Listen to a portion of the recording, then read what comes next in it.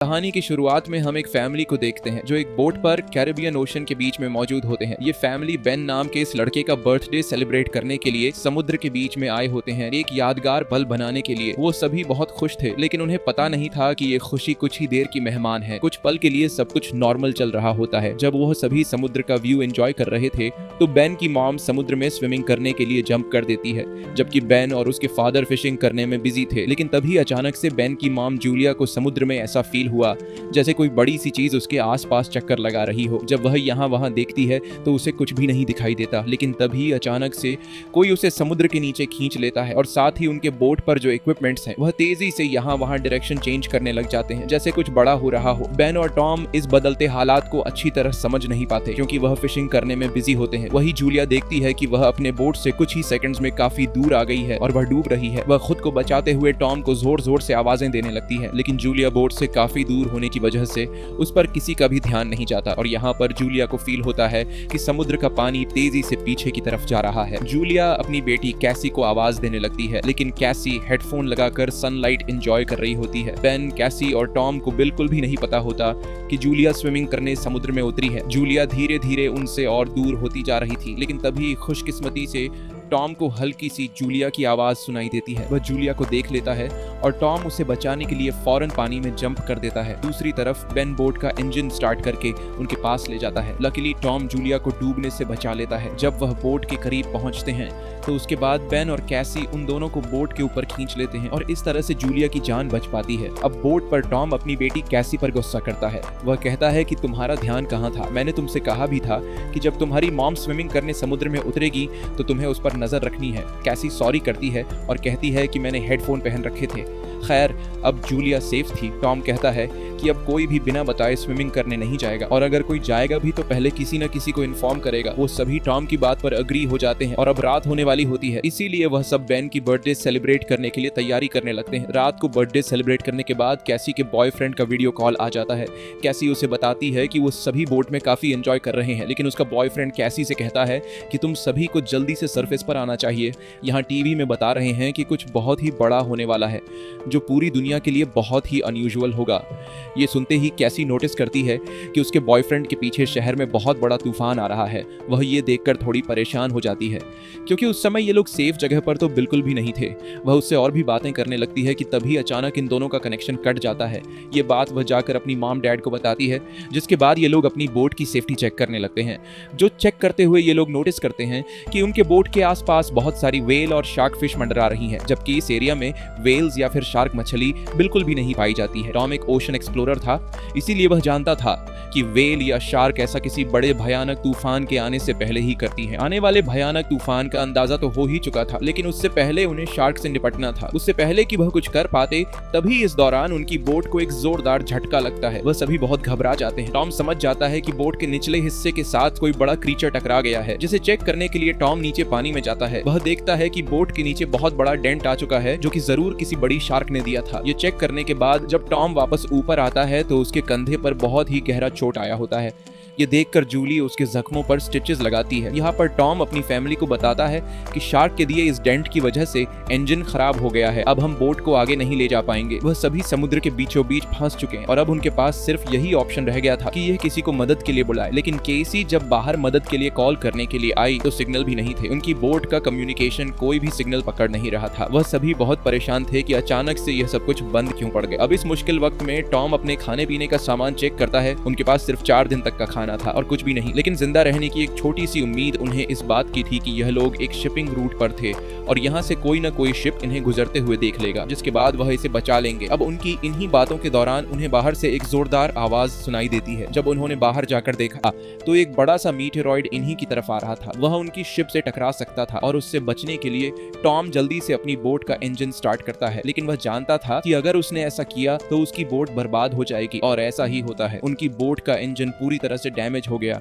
लेकिन उनके पास कोई दूसरा ऑप्शन था ही नहीं। अगर वह इंजन स्टार्ट करके बोट को आगे नहीं ले जाता तो वह मीटियोरॉइड सीधा इनसे टकरा जाता। टॉम देखता है कि आसमान में से गिरने वाली ये ऑब्जेक्ट्स असल में सैटेलाइट थी, इसीलिए अचानक रेडियो और टेलीफोन्स के सिग्नल्स ने काम करना छोड़ दिया है। वह सभी इस हादसे से पूरी तरह संभल नहीं पाए थे।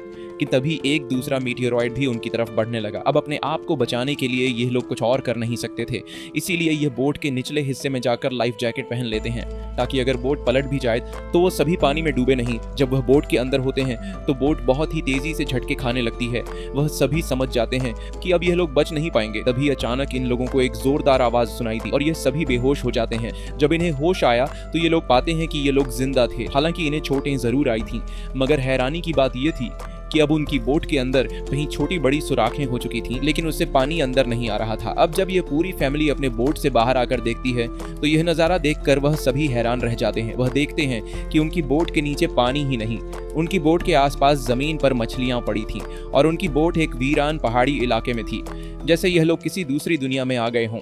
यह जगह पूरी तरह से बदल चुकी थी। जहां कल रात तक पानी था, वह जगह अब ऊंचे ऊंचे पहाड़ों और गड्ढों की तरह दिख रही थी। वह सभी जल्दी यह बात रियलाइज कर लेते हैं कि वह किसी डिजर्ट में नहीं बल्कि वह अभी भी समुद्र के बीचों बीच है। बस समुद्र का सारा पानी यहाँ से किसी दूसरी जगह शिफ्ट हो गया है। अब टॉम जल्दी से अपना कंपास निकालता है और डायरेक्शन देखने लगता है और वह समझ जाता है कि यह जरूर धरती के साथ कुछ गड़बड़ हुई है। धरती के पोल चेंज हो गए हैं। नॉर्थ पोल की जगह साउथ पोल आ गया था, जो कि साउथ पोल की जगह नॉर्थ चला गया था और इसीलिए जहां पर पहले जमीन पर लोग बसते थे, समुद्र का सारा पानी वहां पर चला गया है और अब समुद्र की जगह जमीन बन चुकी थी। इस चीज का पता लगने के बाद यह सब लोग हैरान रह गए। एक और भयानक बात टॉम ने उन्हें यह बताई कि इस सब के बीच जो इंसान जिंदा जमीन पर थे वह सभी मारे गए होंगे। केसी को यह बात बहुत ज्यादा तकलीफ देती है। वह अपने आप को कैबिन में बंद कर लेती है क्योंकि उसे पता चल चुका था कि उसका बॉयफ्रेंड अब इस दुनिया में नहीं रहा। लेकिन अब एक और बात थी जो कुछ ही देर बाद उन्हें पता चलने वाली थी और वह बात सुनकर उनके होश उड़ने वाले थे। खैर अब जूली यहाँ पर बचे हुए खाने को इकट्ठा करने लगती है और बेन अपने बर्थडे के सारे बलून हवा में उड़ाता है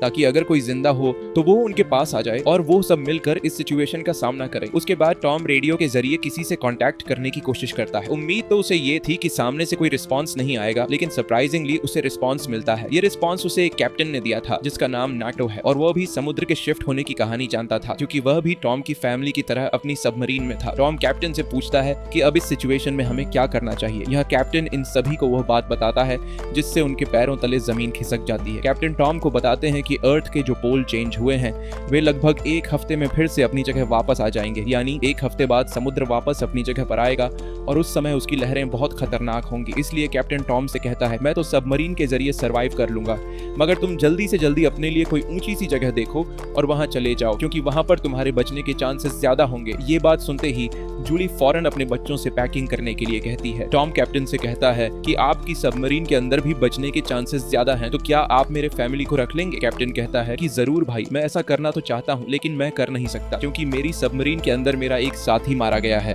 और यहाँ पर सिर्फ 2 लोगों की ही जगह है। मैं एक आदमी को तो रख सकता हूँ लेकिन फिर भी एक बाहर ही रहेगा। और यहाँ पर टॉम कैप्टन से रिक्वेस्ट करता है कि प्लीज आप मेरे दोनों बच्चों को किसी तरह से रख लें, इसके बदले में आपको हमारे पास बचा सारा खाना दे दूंगा। जिसके बाद कैप्टन उसकी बात मान लेता है और कैप्टन टॉम को मैन्युअली मैप पर अपना लोकेशन समझा देता है। उसके बाद टॉम उस सबमरीन की लोकेशन का अंदाजा लगाता है और वो अपनी वाइफ को बताता है कि हम सिर्फ 2 दिन में वहां तक पहुंच जाएंगे, यानी ये समुद्र का पानी वापस आने से पहले हम अपने बच्चों को सही सलामत वहां तक पहुंचा सकते हैं और इस तरह से हमारे दोनों बच्चों की जान बच सकती है। अगली सुबह ये पूरी फैमिली अपने सफर के लिए तैयार थी तो टॉम देखता है कि दूर से एक अजीब सा आदमी अपने डॉग के साथ उनकी तरफ चला आ रहा है। टॉम देखता है कि वह आदमी घायल है, इसलिए टॉम ने उसकी मदद करनी चाहिए। वो पानी की बोतल लेकर उसके पास जाता है। इस आदमी ने टॉम का पानी पीने के बाद उसका शुक्रिया अदा करने के बजाय उल्टा उस पर अटैक कर लेता है और ये चीज दूर खड़ी जूली भी देख लेती है। तो आदमी अपने पास पड़े हुए चाकू से टॉम पर हमला करके उसकी जान ले लेता है। उसके बाद वो आदमी जूली की तरफ बढ़ता है। अब अपने हस्बैंड को तो वो नहीं बचा पाई, लेकिन जल्दी से वो बोट के अंदर जाती है और कैबिन में अपने दोनों बच्चों को लॉक कर देती है। उसके बाद वो केसी को एक फ्लेयर गन देती है और कहती है कि इसका यूज तब करना जब हम बहुत ही मुश्किल हालत में हों। अब ये बात कर ही रहे थे कि वह आदमी उनकी बोट तक भी पहुंच जाता है और उससे बचने के लिए जूली बाथरूम के अंदर चली जाती है। अब यहाँ पर वो किलर उनकी बोट पर सर्च करना शुरू कर देता है और जैसे ही उसे यहाँ खाना मिलता है वह खाना शुरू कर देता है। वह खाने पर ऐसा टूट पड़ता है जैसे वह पिछले कई दिन से भूखा हो। खाना खाने के बाद जब वह जूली को ढूंढने लगता है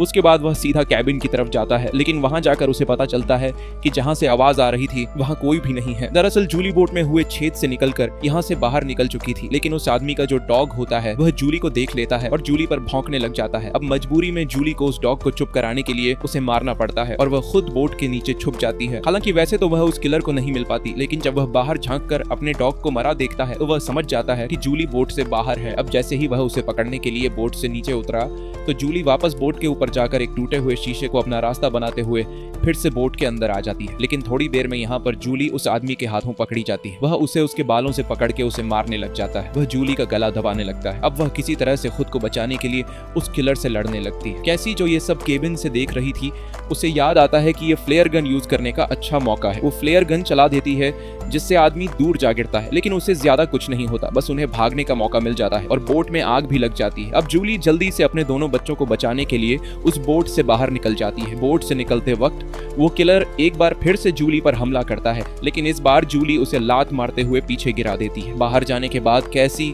और बेन अपने फादर की डेड बॉडी को देखकर रोने लगते हैं। उन्होंने इस सब की बिल्कुल उम्मीद नहीं की थी। बेन अपने पिता की मौत का खुद को जिम्मेदार ठहराता है। वो कहता है कि न मैं वो बलून ऊपर छोड़ता और न ही आदमी उन्हें देखकर यहाँ आता। अब यहाँ पर जूली भी अपने हस्बैंड से लिपट कर रो रही थी कि तभी वो देखती है कि वो किलर उनकी जलती हुई बोट से बाहर निकल आता है और अब उनके लिए यहाँ पर रुकना सेफ नहीं था। इसीलिए वो अपने दोनों बच्चों को लेकर यहाँ से भागती है। कुछ ही देर बाद उनकी जलती हुई बोट ब्लास्ट हो जाती है। भागते भागते ये लोग काफी थक चुके थे, इसलिए ये एक पहाड़ी के पीछे आराम करने के लिए रुक जाते हैं, क्योंकि उन्हें लग रहा था कि शायद इस किलर ने यहाँ उनका पीछा छोड़ दिया है। बेन यहाँ पर भी रो रहा था। कैसी उसे हौसला देते हुए पीने के लिए साफ पानी देती है, लेकिन बेन पानी पीने से भी इनकार कर देता है। जूली अपने बेटे को समझाती है कि इसमें तुम्हारी कोई गलती नहीं, वो तो तुमने मदद के लिए बलून हवा में उछाले थे। तभी जूली ने देखा कि वो किलर अभी भी उनके पीछे आ रहा है। अब तीनों जल्दी से किलर से बचने के लिए भागना शुरू कर देते हैं। भागते भागते ये लोग बहुत थक चुके थे, लेकिन जब भी ये पीछे मुड़कर देखते हैं तो वो किलर उनके पीछे ही आ रहा होता था। अब ये लोग रुकते नहीं, लगातार भागते रहते हैं और एक ऐसी जगह पहुंच जाते हैं जहां पर जहरीला पानी मौजूद था। यहाँ से जाते वक्त उन्हें कुछ भी हो सकता था, लेकिन जूली अपने बच्चों को यहीं से गुजरने का हुक्म देती है। जहरीले एसिड से गुजरने के बाद उनकी हालत काफी खराब हो गई थी और जूली को एहसास हुआ कि बेन डिहाइड्रेट हो चुका है। उनके पास पानी की कुछ आखिरी बूंदें थीं जो उन्होंने बेन को दी, लेकिन इतने थोड़े पानी से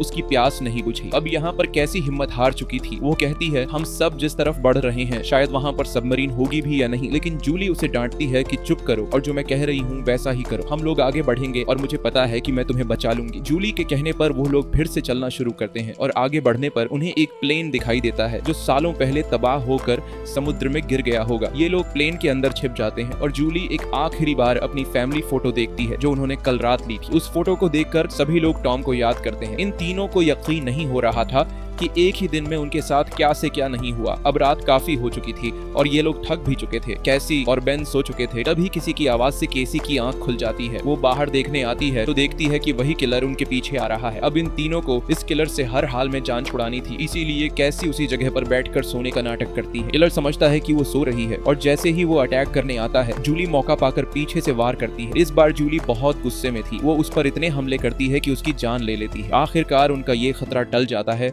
और जूली सुकून की नींद सो जाती है। सुबह जब वो उठते हैं तो देखते हैं कि किलर की बॉडी बहुत बुरी हालत में है। इसी क्रीचर ने उसे काट काट कर अंदर से खोखला कर दिया था, जिससे उन्हें अंदाजा हो गया कि यहाँ आसपास खतरनाक जीव है। अब उन्हें जल्दी से वहां पहुंचना था जहां कैप्टन की सबमरीन थी। जूली अपना मैप देख रही थी। दूसरी तरफ बेन पानी की तलाश में भटक रहा था। आगे जाकर वो पानी देखता है और बिना सोचे समझे पीने लगता है। जूली ने मना किया था क्योंकि वो तालाब जहरीला था, लेकिन बेन इतना प्यासा था कि उसने जूली की बात न मानी। जूली उसे देखती है और दौड़कर पानी पीने से रोक लेती है, लेकिन तब तक वो काफी पानी पी चुका था। थोड़ी देर बाद बेन बीमार हो गया और चलने की हालत में नहीं था, इसीलिए जूली और केसी वहां पर एक शेल्टर बनाते हैं और कुछ देर आराम करते हैं। तभी जूली को अजीब आवाजें सुनाई देती हैं। जब वो बाहर जाकर देखती है तो उसे पता चलता है कि ढेर सारे क्रैब्स उनकी तरफ बढ़ रहे हैं, जिनसे बचने के लिए उन्होंने भागना शुरू किया। थोड़ा आगे चलने के बाद कुछ दूरी पर उन्हें एक बहुत बड़ी शिप नजर आई। ये एक कार्गो शिप थी जिसके अंदर बहुत सारे कंटेनर्स भी थे। इन कंटेनर में ही बहुत सारे लोगों ने पनाह ली हुई थी। इन तीनों को देखते ही वो सभी कंटेनर में जाकर छुप गए। दरअसल वो इन तीनों से नहीं भागे बल्कि उनके पीछे केकड़े आ रहे थे। ये तीनों कंटेनर के पास जाकर गिड़गिड़ाने लगते हैं और दरवाजा खोलने की रिक्वेस्ट करते हैं, लेकिन वो उनके लिए दरवाजा नहीं खोलते। दूसरी तरफ केकड़ों की एक बहुत ही बड़ी सेना उनके पीछे थी, इसीलिए अब उनको खुद कुछ करना होगा। उनके पास कोई और रास्ता तो था नहीं, इसलिए जूलियन और उसके दोनों बच्चे कंटेनर के ऊपर चढ़ने का फैसला कर लेते हैं। जूलियन पहले अपने दोनों बच्चों को कंटेनर के ऊपर चढ़ाती है। अब जूलियन जैसे ऊपर चढ़ती है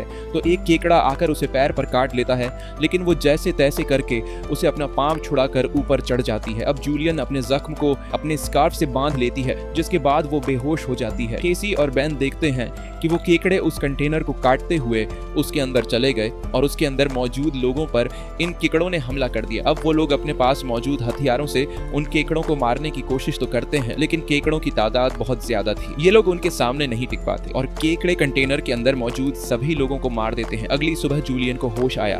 उसने देखा कि उसके दोनों बच्चे यहाँ नहीं हैं। वो बुरी तरह से डर गई कि कहीं मेरे बच्चों को कुछ हो नहीं गया हो। लेकिन तभी दूर से उसे केसी और बेन आते हुए दिखाई दिए, जो असल में खाने पीने और हथियार की तलाश में गए हुए थे। खैर, अब यहाँ पर वो केकड़े भी नहीं थे। अब जूलियन अपने केकड़े के काटे जख्म को ठीक करती है, जबकि बेन कंटेनर के अंदर मरे हुए लोगों के वेपन्स कलेक्ट कर लेता है ताकि उससे खुद की सेफ्टी के लिए यूज कर सकें, और वहाँ उन्हें थोड़ा बहुत खाना भी मिल जाता है। खैर, इसके बाद जूलियन कैप्टन से कांटेक्ट करती है, जिस पर वो बताता है कि मेरे ऊपर भी इसी क्रीचर्स ने अटैक कर दिया है और अब मैं बहुत ज्यादा जख्मी हूँ, मैं तुम्हारी मदद नहीं कर सकता। और साथ ही वो जूलियन को ये भी बताता है कि अब समंदर का पानी बहुत जल्द वापस फिर से अपनी जगह पर आने वाला है, इसीलिए तो ये सी क्रीचर फिर से यहाँ वापस आ गए हैं। जूलियन रोने लग जाती है क्योंकि इन लोगों को ये भी नहीं पता था कि सबमरीन तक जाने के लिए उन्हें कौन सी डायरेक्शन में जाना है, क्योंकि सारी रात भाग दौड़ में उनका मैप भी कहीं गिर गया था। इसलिए कैप्टन उनकी आसानी के लिए अपनी फ्लेयर गन से हवा में फायर करता है और बेन उसे देख लेता है, मगर वो जगह उनसे बहुत दूर थी। ये लोग तेजी से सबमरीन की तरफ बढ़ने लगते हैं, लेकिन अभी तक वहां तक पहुंचना नामुमकिन लगने लगा, क्योंकि वहां पहुंचने तक उन्हें एक चट्टानी रास्ते से गुजरना पड़ता है, जहां से गुजरते हुए उन्हें शायद फिर से उन केकड़ों का सामना करना पड़ सकता है, जिससे उनकी जान जा सकती थी। अब केसी को भी अपनी माँ पर तरस आने लगता है कि उनकी माँ का क्या होगा। कैप्टन तो हम तीनों में से मुझे और मेरे भाई को सबमरीन में रख लेगा, लेकिन जूलियन का क्या होगा, क्योंकि अब कुछ ही देर में पानी आने वाला है। जूलियन केसी से कहती है कि तुम्हें ये सब सोचने की जरूरत नहीं, जब हम सबमरीन तक पहुंच जाएंगे तो वहां डिसाइड करेंगे कि हमें क्या करना है, और कहती है कि चलो आगे बढ़ो। वहां से आगे बढ़ते हुए उनकी किस्मत उन्हें एक बार फिर से धोखा देती है। वहां पर लैंडस्लाइड होने लगती है, जहां जूलियन जो सबसे पीछे थी उसके आगे आकर एक बड़ा सा पत्थर गिर गया और वो वहीं पर फंस जाती है। अब केसी अपनी माँ के बिना आगे नहीं बढ़ना चाहती थी, लेकिन वो उसे कसम देती है कि तुम हर हाल में खुद को और अपने भाई को बचाओगी। अब इसीलिए केसी अपने भाई को लेकर आगे बढ़ने लगती है। जब वो लोग सबमरीन तक पहुंचते हैं तो उन्हें वहां पर कोई भी नहीं मिलता। ये दोनों जोर जोर से सबमरीन का दरवाजा खटखटाने लगते हैं, लेकिन तभी पीछे से कैप्टन आता है, जो बुरी तरह से जख्मी था। कैप्टन ने बताया कि देखो, सबमरीन में 3 लोग बैठ सकते हैं और मेरे बचने के चांस बहुत कम है, इसीलिए अगर मैं सबमरीन में बैठकर पानी से बचते हुए ऊपर सरफेस तक पहुंच भी जाता हूं, तब भी मैं नहीं बच पाऊंगा। ये बात सुनकर केसी जल्दी से वापस पीछे मुड़ गई और तेजी से जूलियन की तरफ आने लगी। वहां फिर से उन केकड़ों का सैलाब आने लगता है, जहां पर जूलियन अपनी गन से उन सबको शूट करने लगती है, लेकिन कुछ ही देर में उसकी बुलेट्स खत्म हो जाती हैं। अब इससे पहले कोई क्रीचर आकर उस पर हमला करता, केसी ऊपर से उसे हाथ देती है और आखिर उसकी मदद से जूली यहाँ से बाहर निकलने में कामयाब हो जाती है और यह लोग जल्दी से भागते हुए सबमरीन तक आ जाते हैं। अब यह लोग बिना ज्यादा वक्त गवाए सबमरीन के अंदर बैठ जाते हैं और वो भयानक केकड़े भी उनके पीछे आ जाते हैं, लेकिन तभी एक बहुत ही बड़ी भयानक समुद्री लहर उन्हें अपनी तरफ आती हुई दिखाई देती है, जो कई 100 मीटर ऊंची थी, दिखने में बहुत ही खतरनाक लग रही थी। वह तेजी से जोरदार तरीके से उनके सबमरीन से आकर टकराती है, जिससे यह लोग बेहोश हो जाते हैं। जूली को जब होश आया तो हैरानी की बात थी कि उनकी सबमरीन पानी में नहीं थी, बल्कि समुद्र की वह बड़ी लहर उनकी सबमरीन को बहाकर एक शहर में ले आई थी, जो कि पूरी तरह से तबाह हो चुका था, जिसे देखकर साफ समझ आ रहा था कि जमीन से अब इंसानों का सफाया हो चुका है।